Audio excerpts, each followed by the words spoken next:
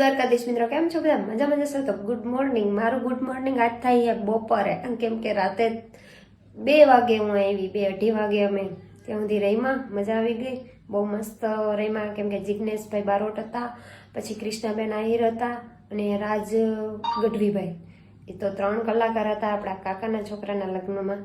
અને હજી આજે રાતે હે ફેરા, તો હજી જવાનું પાછું છે રાતે. તો ચાલો મિત્રો, પહેલાં તો આપણે જમતા આવીએ. અમે તો ફટાફટ જમીને અને અમે તો નીકળી ગયા તૈયાર થઈને રિક્ષામાં, કેમ કે એક્ટિવામાં અમે બે હમાત્યું નથી, તો અમે રિક્ષા કરી નાખી છે. અને ફાઇનલી અમે જાડેરી જાન જોડી લીધી છે. અને જાડેરી જાનમાં હું તો પહોંચી ગઈ છું, વડાજાની બેન.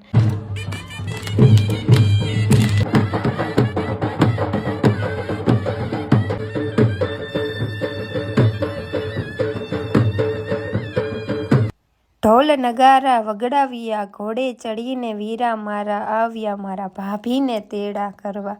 તો ભાભીને લેવા માટે આપણા વીરા હરખથી આવી ગયા છે અને હાર પણ મસ્ત પહેરાવી દીધો છે. અને ભાભીએ પણ બહુ મસ્ત એવો હાર પહેરાવ્યો અને અમે બધાએ તાળીઓના ગડગડાટથી સ્વાગત કર્યું.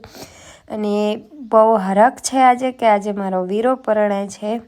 અને હજી આપણે મંડપ ઉપર જવાનું છે, પછી આ વિધિ થઈ જાય પછી. તો માણસ ઘણું બધું આવ્યું, ઘણું એટલે ઘણું. તો આવી રીતે આપણે બધાના આશીર્વાદ ભાઈ ભાભીએ લીધા.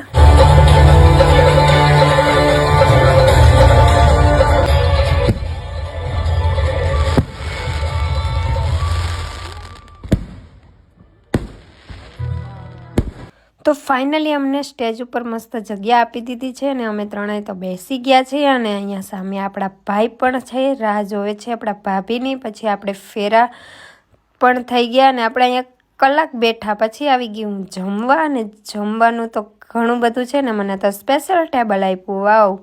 અને પછી અહીંયા બધા લોકો જમે છે અને અહીંયા અલગ અલગ બધી કાઉન્ટર હતા, જેમ કે પંજાબી, ગુજરાતી, ચાઇનીઝ, બધી આઈટમ હતી અહીંયા. આવડે મસ્ત જમવાનું જોરદાર હતું.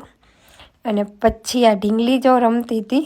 અને પછી હું થોડાક ફોટોશૂટ કરવાનો શોખ હતો, તો હવે ઘરે જાઉં તો ફોટોશૂટ કરી લીધો.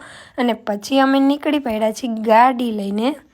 હું તો ગાડીમાં જ ઝોલા ખાતી હતી, તા તો ગાડી કે મારે તો ખાવું છે, તો ગાડી રાખી દીધી આપણે પેટ્રોલ પંપે અને એને થોડુંક ખવડાવી લીધું. અને પછી આવી ગયા અમે ઘરે. અને ઘરે આવ્યા તો મારી આંખું સોજી ગઈ એવું લાગે, કેમ કે વાગ્યા છે 3. હા મિત્રો, ફોલો અને લાઈક જરૂર કરજો. Bye bye. અને આવા વિડીયો જોયા રાખજો અમારા વ્લોગ.